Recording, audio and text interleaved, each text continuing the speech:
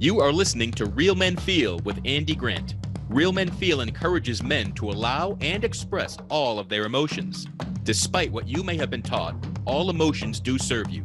Real Men Feel is committed to engaging in discussions that most men aren't having, but all men can benefit from. All links mentioned in each episode are in the show notes found on the blog at realmenfeel.org. Now, let's get to it. Hello, and welcome to another edition of Real Men Feel. This is your host, Andy Grant. We're recording this in the midst of coronavirus lockdown. Sports, concerts, amusement parks, film production, pretty much anything that has the potential to draw a crowd has ceased, really worldwide. Certainly I'm most aware of what's happening here in the United States, but this virus, it doesn't care about race, income, religion, social status, political party. None of that matters. And addiction is similar to that. You might have a stereotype in your mind about what an addict looks like and think you can spot someone who's got a problem from far away or something. But in my experience, living and being with other humans, addiction can hit any person at any age, any profession, any location. And my guest today really knows that well. My guest is speaker, coach, writer, substance abuse advocate, and the founder and CEO of Hope Guides, Mr. Jacob Evans. How you doing? Very good. Nice to see you, Jacob. Yeah, you too. I'm glad that we can make this happen. And so let's get the elephant in the room out of the way. Like, how is coronavirus affecting your life right now? Is it you're doing things differently? You're going to work? What's happening? Yeah. So, I mean, I'm glad that you asked that. We actually, Patricia and I, so Patricia, my wife, we made a joke today that, if we ever wanted to get on the news, we could just dress up in hazmat suits and then drive down. So we live super close to Newport Beach. We could drive down Pacific Coast Highway with a big blowhorn and then alcohol sprayers and just tell people to go inside, like they're spreading the virus, and just be those people. But I make a joke about it, but the thing is that it is really serious. Like the more that we're out and about and doing these things and creating this panic, like think about baseball stadiums or church even. Like you can't go to church right now. Right. So even a situation like that. And now we're all flocking to our local convenience stores and our grocery stores. We've literally just traded one venue for another venue. And so like the likelihood of us spreading it inside of the grocery stores is now way more likely. And so I have a friend, his name is Rudy. He's an awesome guy. My mom's known him for years, and he works a lot with helping out with legislation and things surrounding this particular arena. My mom also, she's a presidential appointee. She deals a lot with like natural disaster and catastrophe. And so when I speak to them, a lot of what they're saying is that like, there's an over-aggrandization that's happening within the media in general. But that doesn't change the fact that people are crazy. People do crazy things when they're scared. And so we have to be able to respond to that as well. So there's the actual real threat of the virus, right? Which is that like more than likely a lot of people are going to get sick. Yeah. And unfortunately, people are going to pass away from this. And even more unfortunate, we don't have the infrastructure to support those people that are going to get sick during this critical mass phase. Like it's just a reality. So there's that situation that we're dealing with. Now we compound that with the panic that's going on. And it leads me back to thinking, Patricia and I, again, we're talking on the way in today, because we both work like literally side by side. And so we were talking on the way in, and it was like, she remembers doing the school project about every 15 seconds, somebody dies from a drunk driving accident. And I was like, what if we had the same response to substance abuse that we do towards this, or to drunk driving, or to any of these other things? And while we're drawing parallels to the two, they talk about coronavirus being asymptomatic for a long time. You can carry on life, be a carrier, not even know it because everything seems normal. It's very, very, very similar to the beginning stages of addiction. It's like it can be very asymptomatic. And I know that in my own personal life, I am a testament to that. Like I was living with addiction without having all the typical avatar traits that you would expect somebody to have. Right, because when we first talked, you call yourself a former high achiever. Yeah. So I wonder if you might Yeah. Tell me what high achiever means to you, and then what a former high achiever. What does that mean? Yeah. So, I mean, I believe that I still achieve. It's funny the way that I call it, that I Yeah. say it like that. It's not, it doesn't mean that like now I'm like, okay, now I'm just going to mediocrely achieve. I think that what it means is that I put the emphasis on having these accomplishments. And so my focus was a lot of my self-worth was largely placed on what my accomplishments were. And so to me, I always identified my life as attempting to achieve this personification of what I thought happiness looked like. It meant I was working with this job, or that I had like this promotion, or that I was working out of this office, or that I had this type of woman in my life. Like those things meant happiness. And I wanted to achieve those things. And fortunately, unfortunately, whatever you want to call it, I had the capability to be able to achieve those things. School came easily for me. Never had to study for a test. Was one of the youngest kids ever admitted into dental school at the age of 18 within like the last 50 years. So like that was like a big thing too. Decided not to do that. I'm going to go to law school. And like that switch, like chemistry, biochem, like that core focus switch was like nothing to me. It was a completely different side of my brain that I was using. It still came just as easily. And that's not to say that like I'm smarter than, or I'm more intelligent than other people. It's to say that like the way that the school system is designed really worked really well for my style of learning. Memorization, parroting back information. That's how my brain works. So I was very fortunate that that's how the schooling system tests your achievement, because I was good at it. The other thing that I was doing is that I was a student body vice president. I was in National Model United Nations, and I was doing these things and excelling in them, not because I was like passionate about it, but because it was like, can I excel? And like, I want to see if I can. And so like, those were the things that I was doing. And when I say former high achiever, yes, I still achieve a lot of amazing things in my life, but like the things that I'm most proud of achieving are not like my name on a piece of paper or what have you. The things that makes me excited now, the things that I'm excited about achieving is like when I get to take care of Patricia, or whenever like I come home and like my daughter's like excited to see me, like being a dad, being a husband, helping people, hearing from mothers and fathers like you helped save my son, like he only listens to you. Like those are the achievements that I'm most proud of now, not letters after my name or anything along those lines. Cool. So when you were growing up and chasing those older, more traditional achievements that you thought would bring happiness, did any of them feel good? Did they bring any happiness? What I've come to realize, two things. One is that I thought the older that I got, the wiser I was becoming, but in reality, I was just getting older. Sometimes age only comes with age. It doesn't come with wisdom. So it was weird. It was like, I told myself I'll be happy when, fill in the blank. I'll be happy when I graduate from high school, or I'll be happy when I'm a varsity football player. So this is high school. I'll be happy when I get this, when I do that. And I would achieve it every single time. I know how to put hard work in. That's one thing that my parents definitely impressed upon me. Again, it's not that I think I'm smarter, more intelligent than anybody else. It's that like there were certain things in my life that facilitated me being able to achieve things a little bit less difficult than what other people may have had a time doing it. I grew up as the only kid on my block who had chores, except it wasn't just like take the trash out.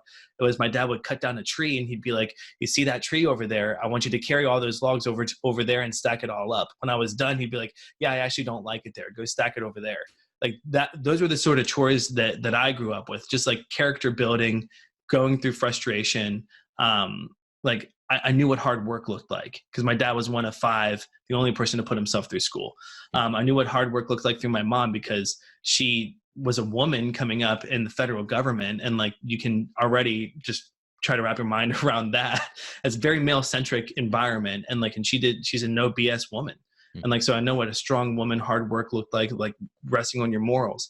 Then on top of that, I'm blessed with both of their intelligence. So like I'm more intelligent than average because we've had IQ tests and stuff. So like, I know that. So hard work mixed with like a little bit more intelligence resulted in me being able to achieve pretty much anything I wanted to achieve, so long as I put the work in. And so I didn't know what it looked like to fail.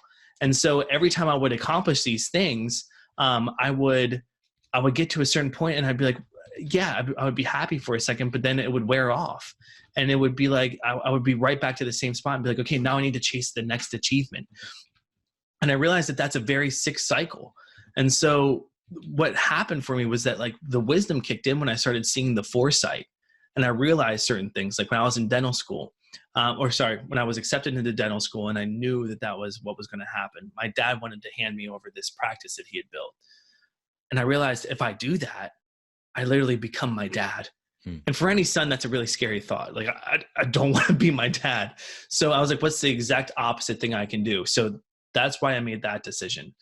Then whenever I was going through and I was accomplishing all these things and nothing was filling me up, I realized that like happiness was just an emotion. And like, no matter how mad I ever got, no matter how sad I ever got, no matter how happy I ever was, it always left, which meant that like, there has to be a way that I can maintain this feeling longer. And there's something that I'm not doing that's leading me to feeling empty and hollow on the inside. And that's right around the time that I realized that like, it's going to take a lot more substances to fill the knowledge that I have that this hole exists. Because the more that I used, the less it was apparent to me. Does that make sense? Yeah, it does. So I wonder, did you begin using something before you were conscious that there was a hole, that you weren't feeling things, or? Yeah. So, I mean, it depends on whose realm of thought that you go into pertaining to how substance abuse manifests itself. If you look at people like Gabor Mate or people like Johann Hari, they believe that it exists because it's personal. It's built out of trauma. Trauma is relative, meaning that like my trauma is not your trauma is not my trauma. It's how our brain perceives traumatic experience. The other thing people like Johann Hari would suggest is that it's a lack of social connection. My generation and younger is doomed because we connect. We're arguably more connected, but it's pseudo connection, and it's all a fallacy. So you mix those two things in tandem with somebody who is aware of what's going on with themselves. And is able to have that foresight, I think that you get a recipe for disaster like very, very, very quickly on. So you mix all that stuff together, and it's like for somebody who sees like, you know, if I continue down this path of modern traditional success, I'm going to be very unhappy for the rest of my life. So like, what's the point? Screw it. And then like, that's more substance abuse, right? I have to numb myself to the knowledge that I know how this is going to play out. And then now you're mixing substance abuse on top of already broken social conditions and connections. So now like I'm not talking to anybody about what's going on with me because I don't know how to communicate these things. So now it's just compounding even further. It's not normal, or not normal. It's not right in societal terms. It's taboo to go forward and be like, hey, have you ever thought that like, you know, maybe being a lawyer is like not a good thing, and that, you know, there's a reason why they're all taking their lives and they're all hooked on cocaine and cheating on their wives and on their third marriages. And like, that's a taboo because like, that's a certain thing that like you're supposed to try to accomplish. And then even further back. So now you pull even further back from it. And it's like, and I had this history of like growing up with really high achieving parents where the expectation and the standard was high achievement. It was like, if you came home with a 90% or a 95 or a B+ on your test, I was like, why didn't you get an A? I remember one time bringing home a 95% on a test, and I was like, look at this. I was like, isn't this awesome? My dad was like, well, how did you leave 5% of the information behind? Like, what's the 5% you left behind? It was never like, what's the 95% that we got right? It was, what's the 5% that we got wrong, and why did you get it wrong? Which is a great mentality for me to have, right? Is to look at like, don't always like rest on how awesome you're doing. Look on ways to improve. Like, I know that that's what he was trying to do, but when you're like, you know, 5, 6, 7, 8 years old, it registers to you as like, why aren't I good enough? Yeah. So my brain registered that traumatic experience, that sort of experience around trauma. And there's other stuff too that's irrelevant to this conversation, at least as far as like my particular circumstances. So at the heart of like what all is going on for me when my substance abuse is really manifesting, I'm realizing more and more that if I continue down this path, I'm going to be extremely unhappy. Like it's just going to be more of the same. I'm going to hit 100K a year. And it's still not going to be good enough. I'm going to be married and it's still not going to be good enough. I'm going to have, 2.2 kids, white picket fence, and it's still not going to be good enough because I'm going to achieve all these things because I want to achieve them. Yeah. And then on the heart of it, it's like, and the more aware of this that I become, the more drugs I'm using. And the more drugs that I'm using, the less socially connected I'm becoming. So now it's just this sick cycle that continues to perpetuate itself over and over and over and over and over again. So it sounds like to me in your description and just what I'm feeling from it that your substance abuse was kind of to cover up a lot of depression too. You're talking about a really horrible feeling future that you saw for yourself. Yeah, well, yeah. I mean, a pretty grim fate. It looks like I was going towards, and then even on top of that, it's like I never felt connected to my home state, to my home. I mean, not my home state. I never felt connected to my home city. Right, like I'm a proud West Virginian, but I never felt like Martinsburg, West Virginia, which is where I grew up, is the epicenter of the opioid epidemic. I never felt like this is home. My whole plan the whole time was like, okay, how do I get out of here? I can do it through music. How do I get out of here? I can do it through school, but I just never did. So I know that like the other part of this is that comes along with this standard traditional success is, especially from where I grew up, is that most people went to university, West Virginia University, came back to their hometowns, set up established practices or worked underneath of somebody else, set up to achieve partner, and then they grew up in their same hometowns. Like, and that's kind of like the path that people were taking. And it's like, am I settling right now, like for my life? And that was another thing that was hitting me too. And so I don't know if it was necessarily covering up deep-seated depression. I would say I'm not a psychiatrist, so I can't look at myself and self-diagnose. But what I would say is that there was definitely a long history of just genuine unsatisfaction in my life. Like things weren't giving me thrills that should have, right? And it's like, if you look at what my resume looked like on paper, people would have looked at that and been like, man, that's the all-American kid. Like he's done everything that you would want your son to do growing up. He played sports. He was in music. He was in jazz band, show choir. He went on to college. He was in a social fraternity. He was academic chair. He had a 4.0 GPA. He was on Dean's List multiple times over. Every time since he went back to school, he got accepted into law school. He was this, he was that. He was working full time. Like on paper, it looked like I had everything together. And so like my point is that like, even with all of that going on, the only thing that was growing, it wasn't this feeling of like contentment. It was this drug addiction. Because I was like, the more that I accomplished, the more that I did what people expected out of a standard typical American young man at that point. I think that our perception of things is changing right now in the social schema. But at that point, roughly 2012, I wasn't happy. I was miserable. And I was blessed enough to have the foresight to look ahead and see, like, if I continue down this path, one of three things is going to happen. I'm going to wind up being that attorney, like that I don't want to be in my hometown, doing those things to contribute to this lifestyle. By those things, I mean like shady attorney practices that people make jokes about. Like I'm going to wind up being like that guy, or I'm going to wind up like completely miserable, and I'm going to be a statistic. I'm either going to wind up like dead, in jail, like taking my own life, like any of these things could potentially happen to me if I continue down this path. Or I can take a hand and like really try to like eliminate the one thing that I see that's the only part that's growing that I think is a common variable, which is this substance abuse thing. See, like when I was younger, roughly 14, 15 years old, I was introduced to weed as a communal thing. I never felt like I really fit in with people. And the minute that I started smoking weed with people, it was like it was an instantaneous friend group.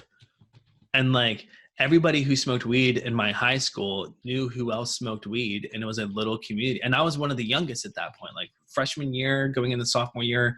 Not a lot of people were doing it, so I was hanging out with a lot of older kids, and we would all meet up after school, and like it was an instantaneous friend group, and I got introduced to it through music. And so the older that I got, I just identified weed and alcohol and all these things as like communal, normal. And then when I got into college, my same older friends So I was roughly 18, 19. They were now going to things like festivals and stuff. They were going to like Coachellas and all these other things. And so like now they're experimenting with more party drugs. So when I'm 18, I'm experimenting with party drugs, cocaine, LSD, ecstasy, Molly. And to me, again, I'm perceiving these things as communal, as like friendship stuff. And again, I'm still really heavily involved in music. So like it goes hand in hand, music scene. And this forethought for me, or this foresight, always worked to my advantage. It was like with cocaine, I was like, okay, yeah, I'm spending way too much money that I don't have. And it's not even really that fun. It's just like the fact that like you're on cocaine and you can tell people, yeah, I went to the bar on cocaine, or like, yeah, I went to the grocery store on cocaine. It's really not that cool. It's just like, you just get to say that at the end of the sentence. Like, I don't really want to do this anymore. It's a waste of money. And so like I stopped. Or like, I don't want to do LSD anymore. I had a really amazing trip. Any trip that I ever am going to have is just going to be chasing this one. I'm done.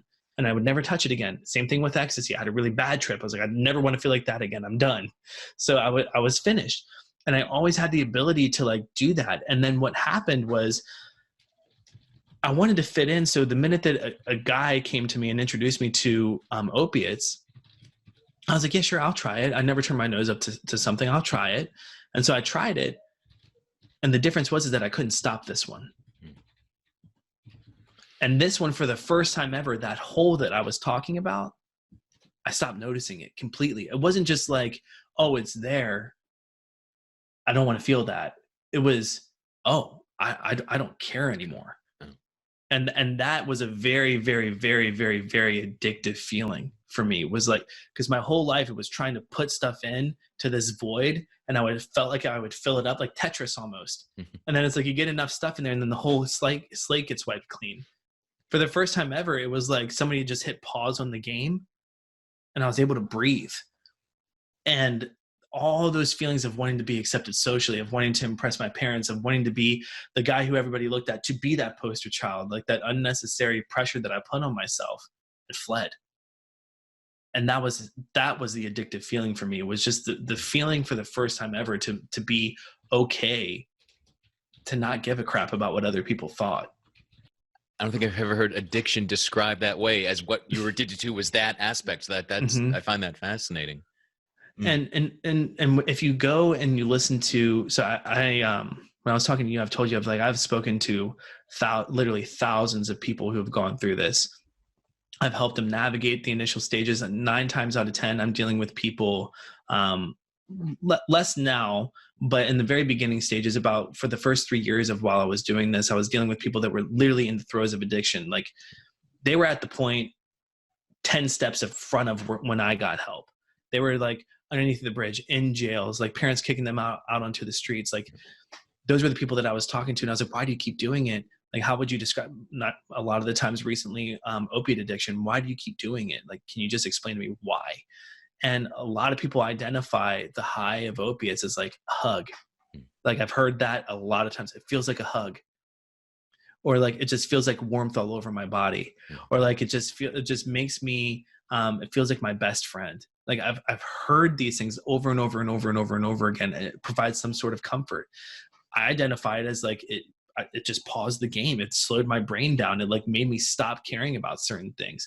And that's my logical brain working. But when I really get down to it, it attaches to a point in the brain that's responsible for connection.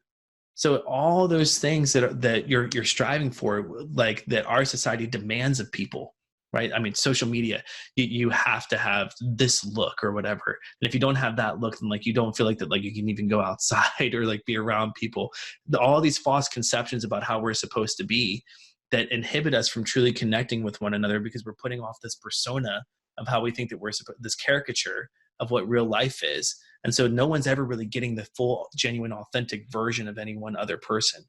And so when you take this opiate, you take this drug, and all of a sudden it doesn't care like how many friends, likes, or whatever it is that you have.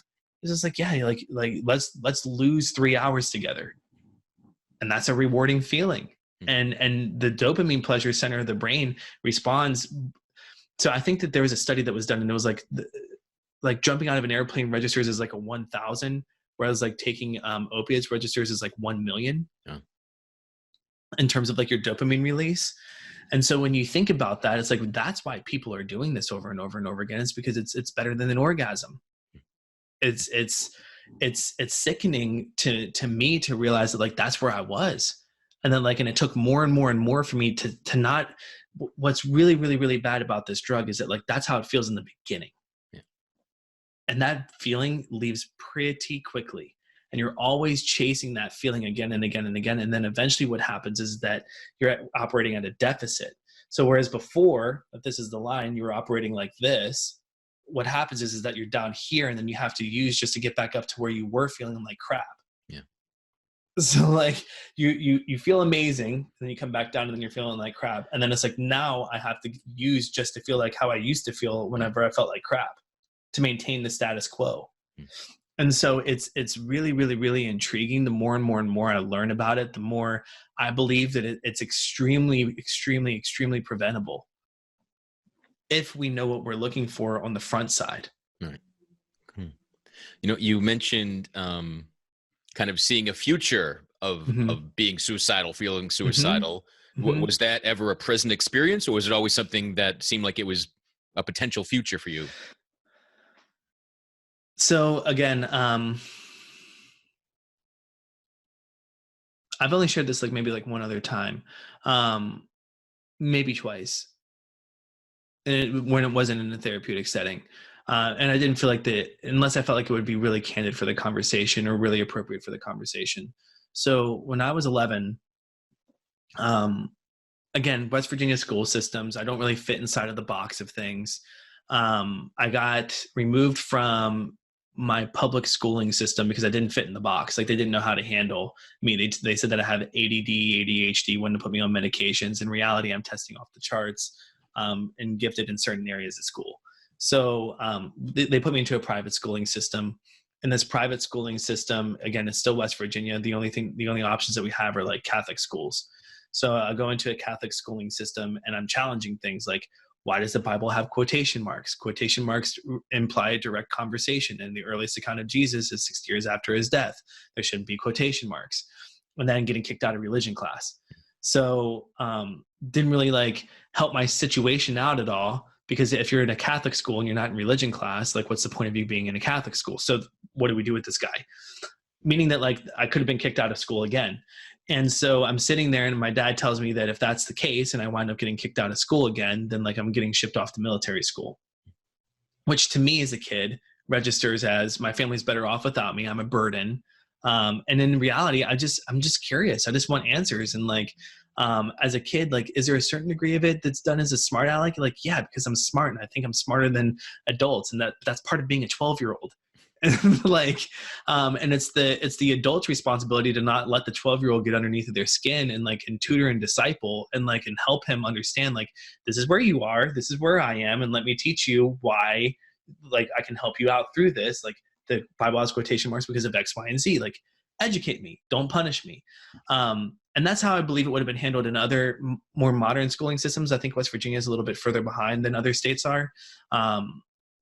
So I've always been told by people on the West Coast and people like within DC and New York, like you kind of got the short end of the stick by being in West Virginia, as far as what that's concerned. But when he told me that, and that registered in my brain as my 12-year-old brain, is that like my family doesn't want me.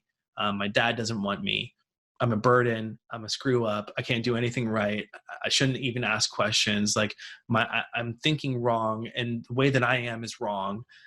You can imagine how much pressure that puts on a 12-year-old kid. He's already like, it's like the emotional floodgates have already just been released anyway. So my response to that was at that age, I thought that my family would be better off without me.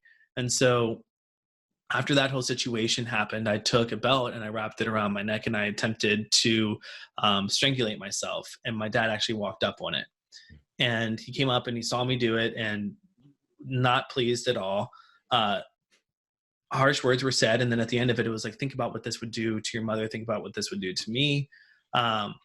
He's like, that would be super selfish of you. And we never spoke about it again. And so like, it was just like, just think about that. And so like, would I say that like, that's normal behavior for a 12-year-old? It's hard to say. I don't know what I only know my experience. right? I don't know what every 12-year-old goes through. I don't know if those are normal signs for them. What I do know is that at that point in time, that feeling that my family would be better off without me, the idea of like not being around them, was enough for me to think that like that was a good idea. And is that normal or unnormal? I don't know. Did I have thoughts or ideations of doing it post that? Yeah, I had like maybe like one other time in like the throes of my addiction where I thought like that it would be a really good idea, or like it would be easier to take that route. Have I thought about it since I got sober? No, I would say no.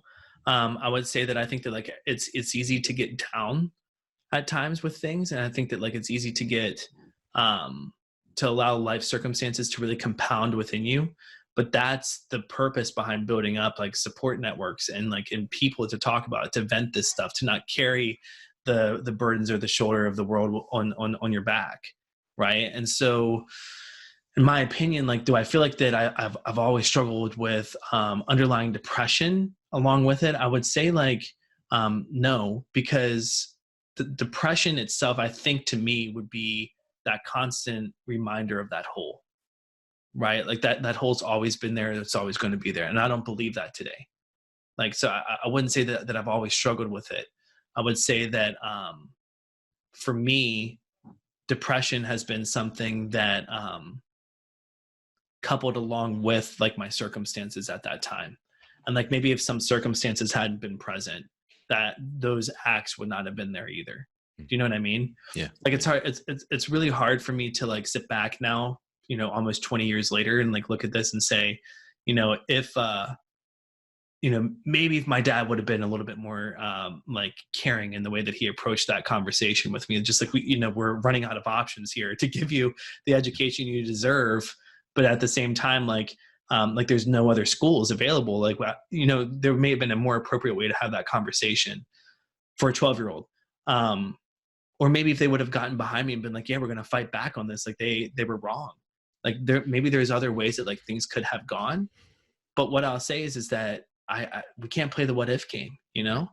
And like ultimately what happened was that some accumulation of all that pain and hurt was taken away the minute that I took opiates. Right.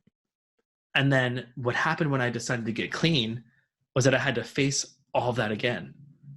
And I had to walk through all that stuff again, except this time I'm not doing it as the golden child. I'm doing it as a self-admitted addict. Mm-hmm.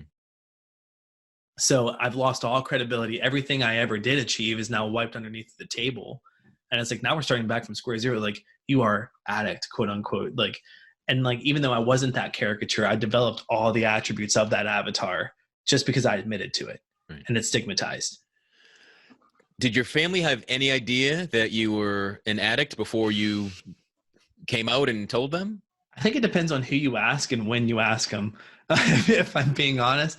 I think if you ask my mom, she would say, yeah, like there were signs. I think if you ask my dad, he would say that there were signs. But I think if you would have asked them in the moment, like, hey, how's your son doing?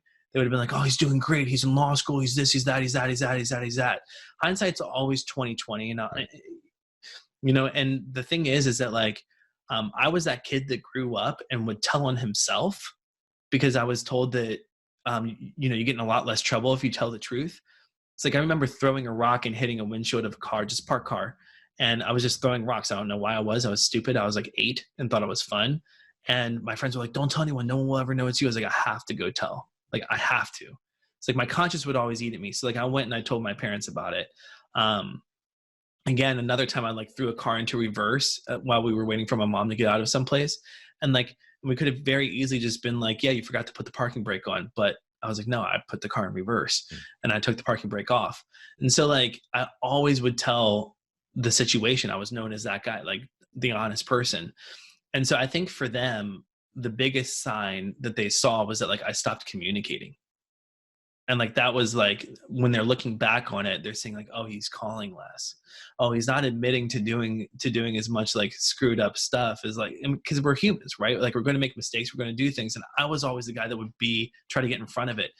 Like, hey, mom, dad, remember how you guys came up and I said I needed extra money to get gas for my car? Yeah, well, I didn't use it for that. I actually used it to buy alcohol at this one thing. Like, that was the kind of person that I was, is that I would say those things because it would eat at me. My conscience was just so strong. And then I stopped doing that as much over the last like 2 or 3 years. And so like, I think when they're looking on it in reverse, like they can see that. But if you would have asked my best friend who lived right beside me, like he played drums, I played guitar, and you would have said, hey, is there anything going on with Jake? He would have been like, yeah, like it's bad. He like won't answer my calls. He won't talk to me. We lived right next door to each other. And so I think if you would have asked him, he would have known. He's probably the only person that knew me well enough to know, and like saw me enough to know that like he saw the progression of it the whole way through. So I know that it was in your second year of law school, you decided to give up substances that weren't serving you. Yeah. What prompted that decision? It wasn't anything anybody could have said to me. It was really interesting. It was like my friend Nick always knew that so that's the guy who played drums and I played guitar. And again, we were in music together. We were both in law school together. He knew me as a guy who would like just try stuff and experiment. And like, it's like, he would never say anything to me because I always had that foresight. Oh, I'm not going to mess with this stuff anymore. It's not serving me. And I always progressed along the train light or the train track of life. So like, he didn't know if it was appropriate to say anything to me or not. Right. He's like, is that just Jake being Jake? And like, so he didn't know if it was appropriate. So he never did. But what happened is that I was sitting inside of this class. It was a cyber law course. Completely mistake that I was in there. My mom is a cybersecurity expert. I was like, oh, this is going to be like prosecuting cyber criminals. This would be awesome. And so I didn't read the class description. I just like saw the name and got really excited and marked it down thinking I might get in, I might not. And when I was sitting in it during the first day, they're like, so this is online copyright. And I'm like, yeah, that's not what I want to do. But I was so loaded at the time that I forgot to remove it from my class schedule. So I was stuck in it. And again, school came pretty easily to me. So it's not like I had to study or had to read or anything. Like I would literally read casework, like 60-page cases while I was sitting in class, reading through it. And I knew how to speed read and scan through it enough to find the information that if I got caught on, that I would be good to answer. And a lot of times I would even, I would raise my hand so then I wouldn't get caught on for the next case if I knew the answer. So, that was the kind of student that I was, like not super proactive, but always performing well. And so this teacher one day, just out of the blue, about 2 months into my schooling, wrote on a sticky note, I need to talk to you after class. Left it on my desk, went about teaching the rest of her class. And then like she turned around and like looked at me, like we made eye contact, and I kind of gave her like thumbs up, like, okay, like I don't really know you, you don't really know me, I don't know what we would have to talk about. And so I walked up to her after the end of class, and she pulls out this sheet of paper, is kind of like this, like legal pad, is still right on legal pads, and she pulled it out and was like tardy on time, tardy. She's like, Jake, it's ridiculous.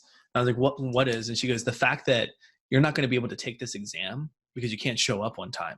And you have one of the highest averages in the class. She's like, and you're going to fail this class because you can't sit down on time. She's like, what's going on? Are you okay?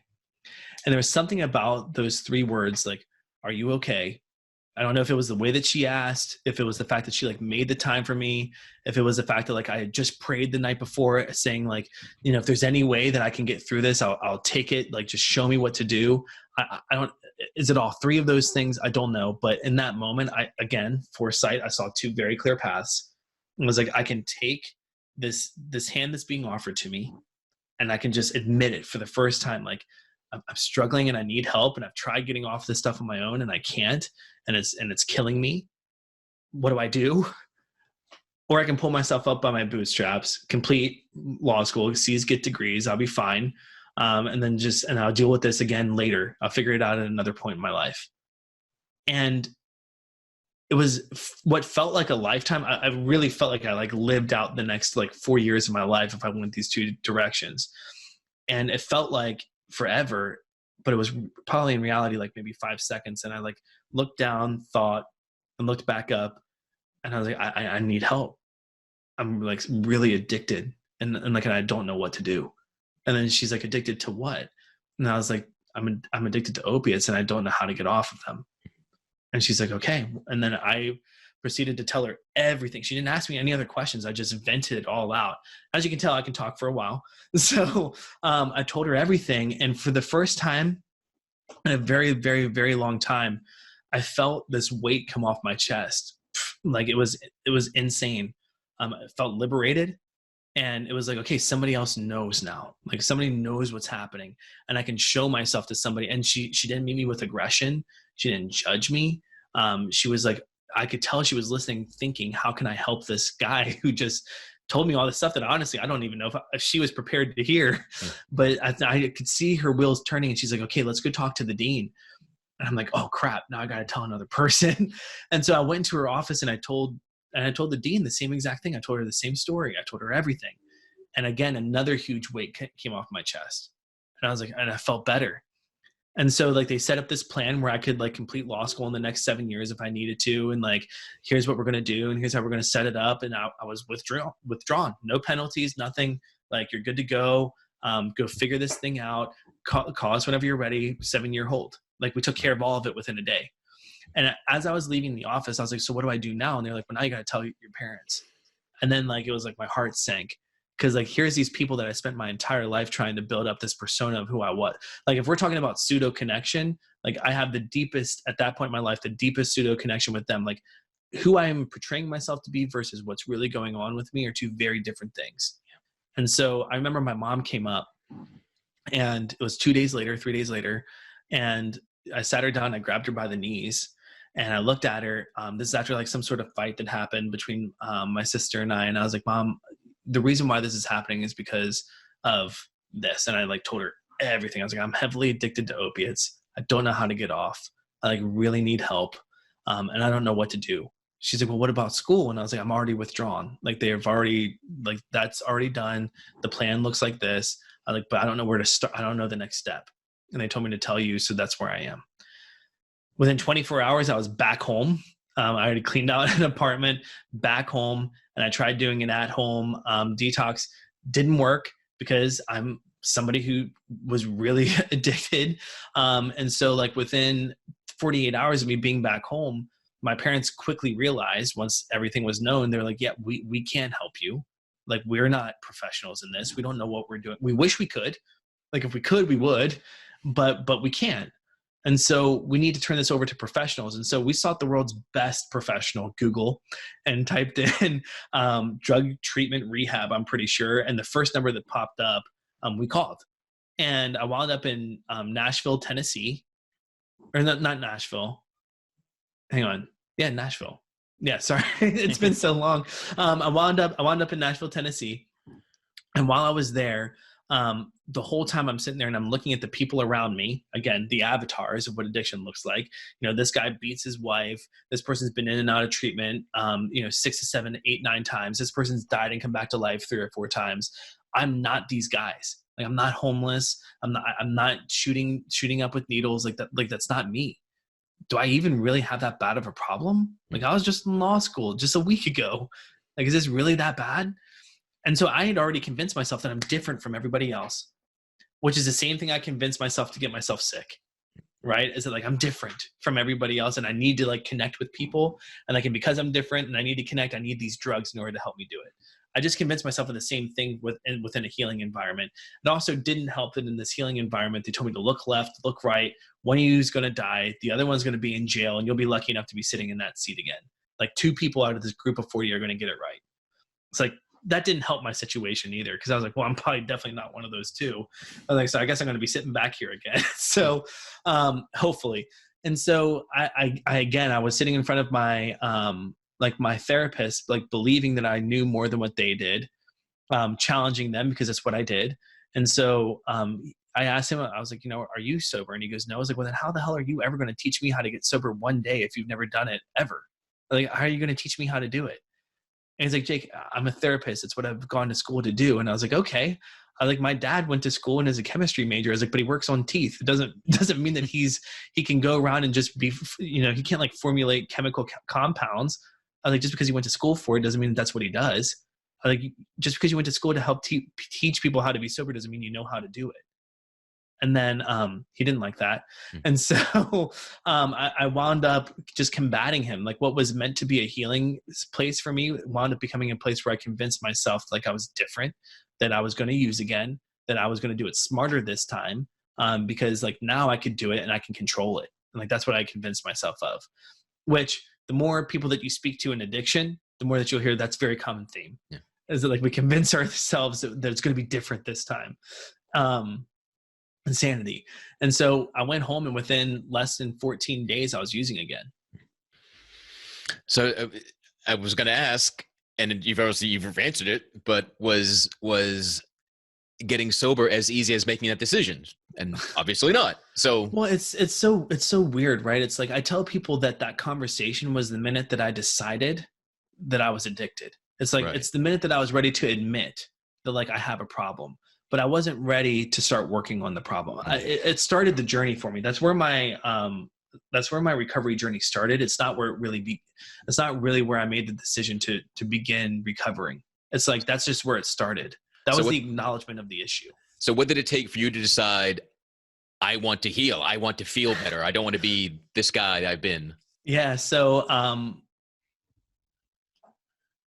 I was using roughly $1,000 a day.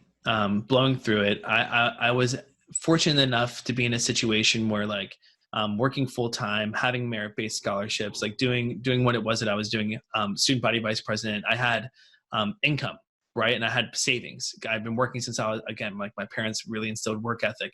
I blew through everything. I didn't have a penny to my name by the time that I was done. And I was using roughly about $1,000 a day. And I remember on the 10th day, I'm pulling out $1,000. I live in a small town. I was like, maybe I should go to a different bank. Like I see the same people over and over and over again. Like it's probably getting suspicious. I'm going to the same place again to get out another $1,000. Maybe I should go to a different branch. And then my drug dealer hit me up and he was less than a block away. And I was like, yeah, no, screw it. I'm going to go here. So I went there and thank God for a small town, because the woman and the teller who gave me the money, like technically shouldn't be saying any of my information, but called my mother and was like, hey, I don't know what's going on with Jake, but there's something going on. This is the 10th day in a row he's been to the bank. Didn't disclose any information in terms of how much I was using or how much I was taking out. Just like, hey, it's kind of fishy. He's been to the bank 10 times in a row. And so I got my what it was that I had, what I went to go get, which at that time was 30 oxys, 30 milligram Percocet. And I got the phone call from my mom, come home, and I was like, yep, the jig is up, put it back into my pocket, ignored it for the next 2 hours. And when I got back home, my dad was there and I could see on his face, I could see on my mother's face that there was like that was it. Like it's like it was finished. And, there was no turning back at that point. There was no like, oh, maybe if I just did it this way, or maybe if I did it that way. No, it was like, dude, you need to go to treatment and like take it seriously, or you can go be homeless. Like those are your only two options. And I knew, and I could just feel it. I just knew that it was different. And I'm not going to say that at that point I was ready to get healthy. What happened was I was like, okay, I don't want to be homeless. It's January in West Virginia. And so like, no, I'll go to treatment and I'll like collect my thoughts and I'll think of another plan. So I went to treatment and I had 30 pills in my pocket. And the moment that I decided like, man, I really have a problem and I need to figure this out, was I was in an airplane bathroom, smoking pills off a foil, waving away from a smoke detector in the middle of an airplane bathroom and thinking, if a federal U.S. Air Marshal were to walk in on me right this second, I'm going to jail for life because I'm not in any one state. I'm in federal airspace. So this is a federal crime that I am holding a prescription that is not mine. For every pill I have, it's 7 years. I was like I'm looking at some serious time if I get caught right now. And I thought, oh, well, and I did it anyway. And I was like, and then I remember going back to my seat thinking like, how sick am I? Like, I really need to take this seriously. And so I finished all the stuff that I had and I went back into that treatment center the second time, so messed up. They were like, you were using 30 a day. I was like, yes. And I used 30 of them within 6 hours, within plane rides. And I was so messed up. I went to, my clean date should be the 12th, but I didn't wake up until the 14th. So I consider my clean date the 14th of January. And when I came out, I was like, I don't care what it takes. Like if I need to pat my head with one hand, rub my stomach with the other, hop on one foot for an hour, and you tell me to do it for an hour, I'm going to do it for two. Because like I'm just tired of feeling like crap about who I am. I don't know what this process is going to look like, where it's going to lead, what's going to happen, but I'm going to do whatever it is that anybody suggests at this point. And somebody suggested a 5-month program. They're like, you need at least 6 months. That will really help. And so I was like, okay. So I told my mom, I was like, they say I need a 5-month program. She went and she did research and she found one of the hardest ones in the nation. And I was like, oh man, I really don't want to do this. And because I didn't want to do it, that's why I chose to do it. Because I was like, that's probably my addiction trying to talk me out of it. I was like, so I should do everything, the exact opposite of everything I want to do. I should do the opposite. And so like that's what I need to do. And so I went to a 5-month program. And while I was going through that, it was a lot of healing, a lot of going through those instances, like what we had talked about earlier, realizing like, what's my part in that? Right. Like, so not just like, screw my dad because he didn't care about me trying to take my own life at 12 years old. It's like, no, it's like, I have my own part to play in that. Like, like, what did that look like? Why didn't I bring it up to him later? Why didn't I talk to him later? Why don't I talk to him now about it if these things affect me? Like, so understanding like what true empowerment meant, what being a man actually meant, beyond like the facade that I was trying to portray, like the guy who can make an income and be a provider. Like what is a real man? Somebody who's like not afraid to do the hard thing, to do the right thing. And like sometimes the right thing is going to tick some people off, and that's okay. And like, but like, it's not up to me to decide how they feel about what my perception of the right thing is. It's my job to cleanse myself each and every day of what I believe I need to be doing. And so when I finally understood those principles, I don't think everybody gets it at 6 months, but again, like foresight, right? If I give myself all of this, if I just do it all to the best of my ability, I'm going to reap all of the reward. And so like I gave myself entirely to that program. It was noticed by the owner. He asked me what I got out of the program. I told him about how each and every modality affected me and like in this specific way. He's like, I want to build an admissions department. You speak about the program so profoundly. Would you want to help? And I was like, yeah, sure. Whatever. I don't know how long I'm going to be here. I plan on going back to law school, but sure. And then 5 years later, we move offices. I wind up, marrying the girl across the street, literally the girl next door. We have a beautiful child and I'm still here and we're dealing with coronavirus. And so that's kind of like how the progression went. And I'm not going to say that it was easy. I just decided I was done. It was a mental decision for me. And it was like, it could have gotten a lot worse. Like it really could have, but that beauty of foresight, I think I've always used to really just decide like, I'm not, my bottom is whenever I decide to stop digging. Like that's a cliche, but it's so true. I could have, that day that my parents gave me that ultimatum, I could have walked out the door. And a lot of people that are in that situation do. Like I got the drugs in my pocket. I still have a couple of dollars in my bank account. I'll figure it out. I'll flip these. I'll do this. I'll do that. And I'll make it happen. Yeah. But I was like, why more chaos? Like not one more day. And when I made that decision, that really became a motto for me, like moving forward. It was like, not even one more. Like just don't eliminate it in your head as an option. Like not even one more relapse. I'm not going to do it. Can't do it to myself because I have to like go through all that all over again. Yeah, no way. Like, I'm used to hard work, but I'm also like a product of like path of least resistance. I'm not going to go that direction. I'm only moving forward. And so, I've been like extremely blessed and I'm really glad that you asked the questions that you asked that got me on the tangents that they got me on, because it really reminds me 9 times out of 10, I'm helping people through their own journeys, like getting to a point where they can be here. Right.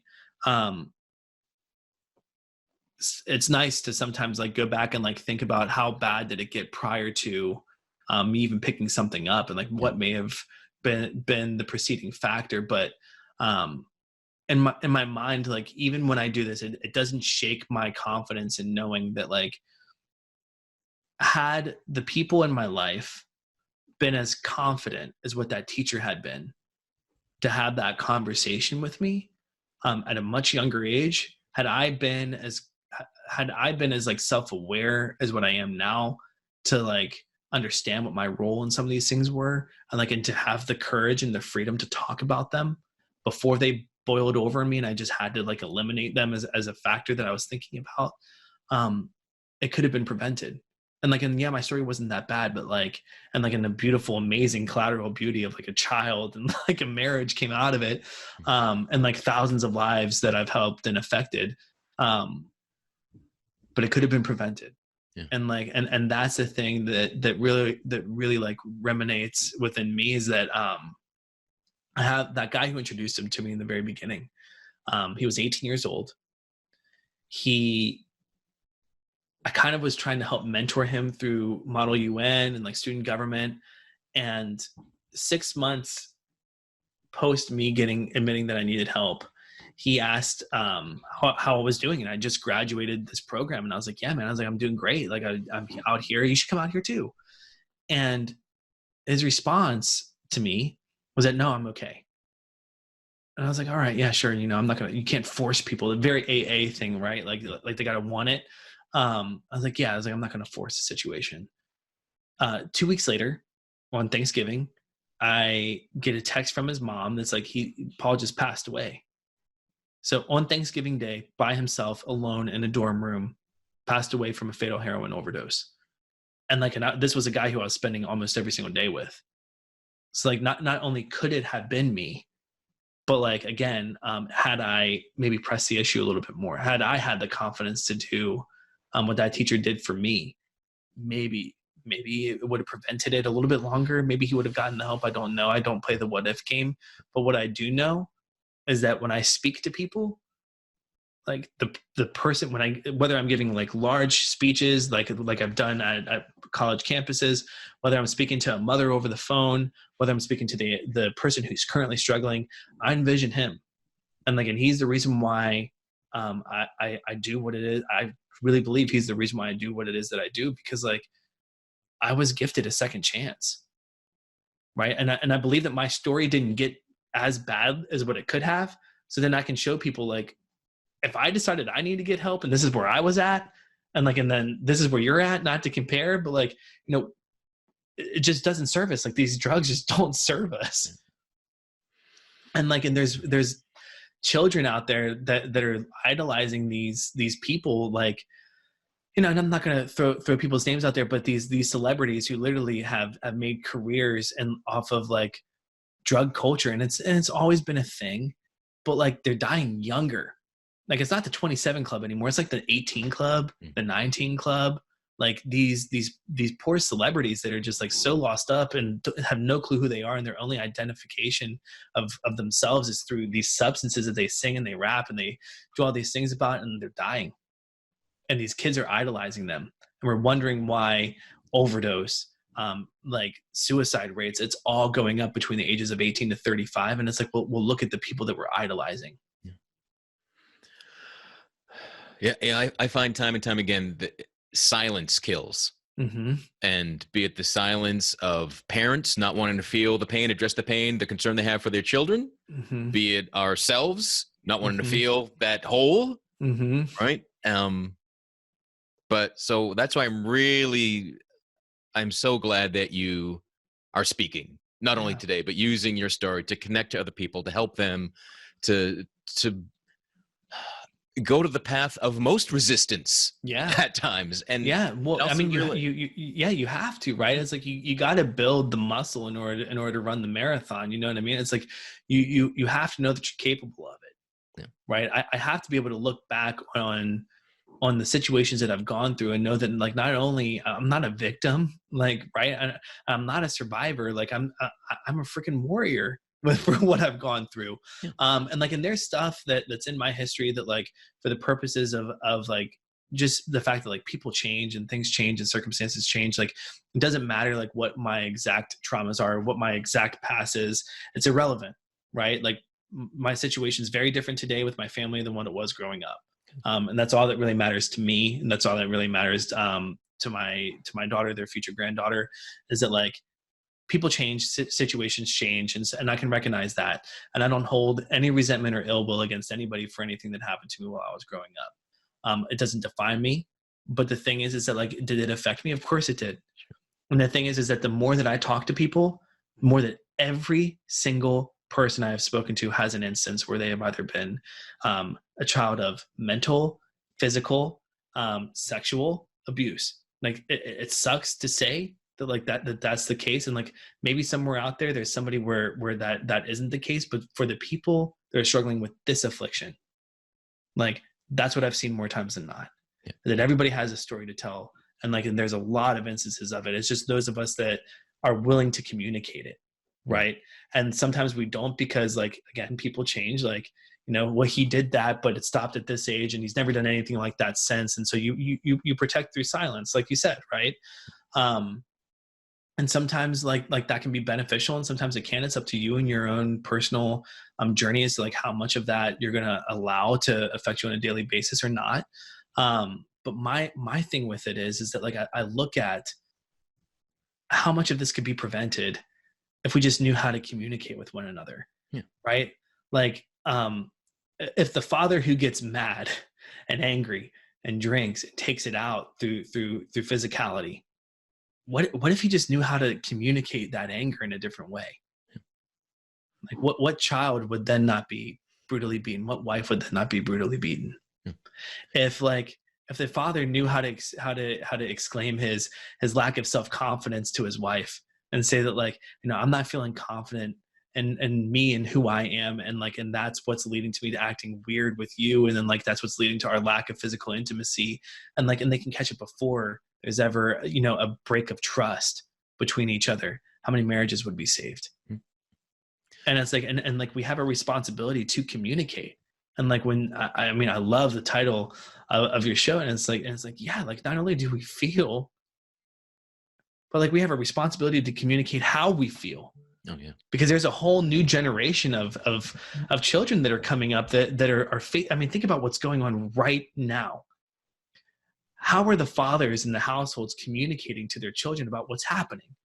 Are they communicating and translating panic, fear, or strength and resilience and understanding yeah, it's scary out there, man. It's crazy. But if we believe in X, whatever it is that the family believes in, we're going to get through it. Why? Because we're a family, because that's what we've always done. That's what the history of the nation's always been. Are they communicating with their kids, or are the kids seeing the panic and the fear through them? Right. And it's I truly believe that a lot of these afflictions that we're seeing becoming ever more prominent in our society can be prevented through effective communication and connection. I believe it. I know it for myself to be a factor and to be true, because I believe that the only reason why I haven't slipped back in, where I've seen thousands of other people slip back into the throes of addiction, is because I have connections and I know how to communicate. I know how to communicate what's going on with me, and I will never allow a feeling or an emotion or an instance in my life to ever have more power over me than what I choose to allow it to have anymore, period. Okay. Yeah. And I think it's important, and you've mentioned it, but I want to stress it again, that stopping to use wasn't the healing. That just gave you the chance to begin the healing. Of course. And to show what it was feeling. Right. Because it's really multiple decisions along the way. Oh yeah. I tell it to Patricia all the time. I tell this to people who I work with in terms of my coaching. I tell it to people who are getting sober. It's the removal of the drugs and alcohol is one piece of the equation, and it's probably the smallest piece.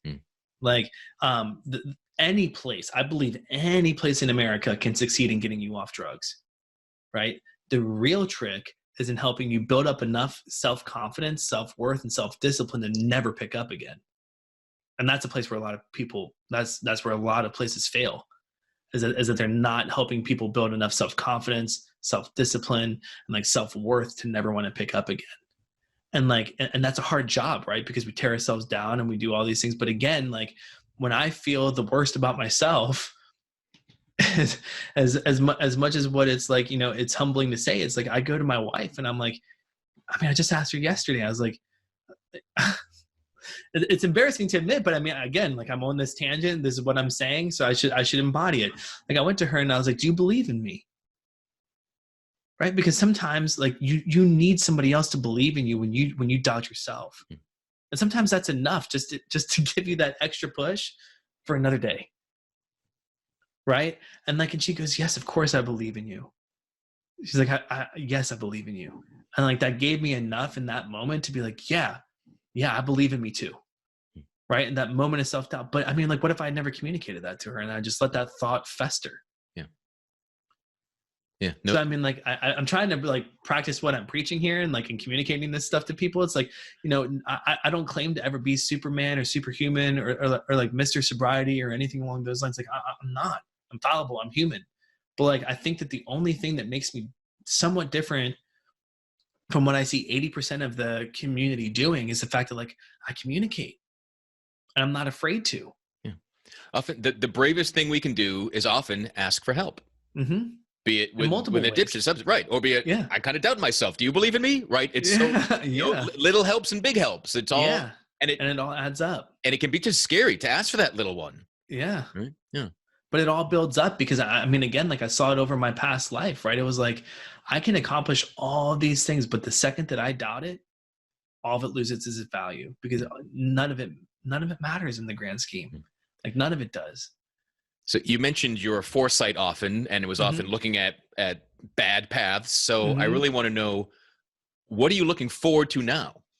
Yeah. So, I mean, what I'm able to do, again, like I really do believe that I have like, and everybody says, oh yeah, I have the gift of foresight. No, I'm telling you, it's never failed me. It's really, really, really interesting. And I believe that I figured out, not only do I believe I can prove that I figured out ways to help other people with this gift. Like I almost guarantee it. I've helped countless families, being like, if you do this, this is what's going to happen. If you do this, this is what's going to happen. They don't listen to me. They do that and it happens. And so like, they do listen to me, they do this, and then it happens. So like, I think that works with like just logic, the way that I've been trained to think through like law school and everything else, like logic, understanding like people and being a natural empath, and putting all these things together in order to create this one gift, which I call foresight. I'm sure that there's another, there's a better name I can come up with for it because it's more than just saying this, but like for me, I've been able to take this tool and like use it to help people create the best paths for themselves based on what they want their goals to be. I was like, well, if you really want this, the way that you get here is by doing these things. And like, and it may not make sense in the beginning. Like for instance, if I have a client and they're like, oh yeah, I want independence from my parents.